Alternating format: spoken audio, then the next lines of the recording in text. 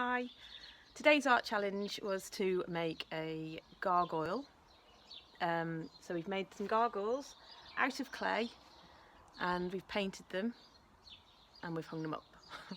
And we're basing our gargoyles on the horrible giants from Roald Dahl's BFG. So I'm just going to read a tiny bit from the book. "Do you like vegetables?" Sophie asked, hoping to steer the conversation towards a slightly less dangerous kind of food. "You is trying to change the subject," the giant said sternly. "We is having an interesting babblement about the taste of the human bean. The human bean is not a vegetable." "Oh, but the bean is a vegetable," Sophie said. "Not the human bean," the giant said. "The human bean has got 2 legs and a vegetable has no legs at all." Sophie didn't argue anymore. The last thing she wanted to do was make the giant cross. "The human bean," the giant went on, "is coming in dillions of different flavours. For instance, human beans from Wales is tasting very whooshery of fish. There is something very fishy about Wales." "You mean Wales?" Sophie said. "Wales is something quite different."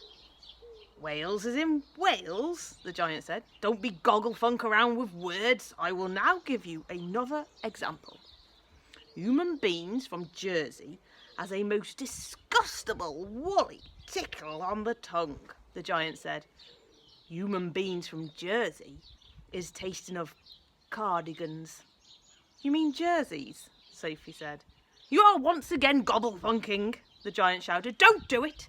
This is a serious and snitching subject." "May I continue?" "Please do," Sophie said.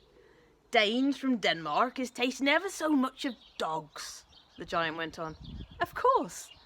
They taste of Great Danes." "Wrong!" cried the giant, slapping his thigh. "Danes from Denmark is tasting doggy because they're tasting of Labradors." "Then what do the people of Labrador taste of?" Sophie asked. "Danes!" the giant cried triumphantly. "Great Danes!" "Aren't you getting a bit mixed up?" Sophie said. "I is a very mixed up giant," the giant said, "but I does my best. And I is not nearly as mixed up as the other giants.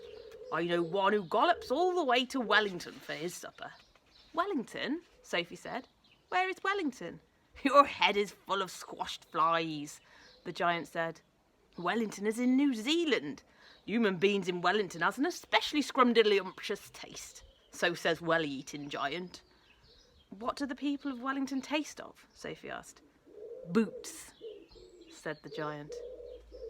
"Of course," Sophie said. "I should have known." Sophie decided that this conversation had now gone on long enough. If she was going to be eaten, then she'd rather get it over and done with right away than be kept hanging around anymore. "What sort of human beings do you eat?" she asked, trembling. "Me?" shouted the giant, his mighty voice making the glass jars rattle on their shelves. "Me? Gobbling up human beings? This I never. The others, yes. All the others is gobbling them up every night, but not me. I is only nice and jumbly giant in giant country. I is the big friendly giant. I is the BFG.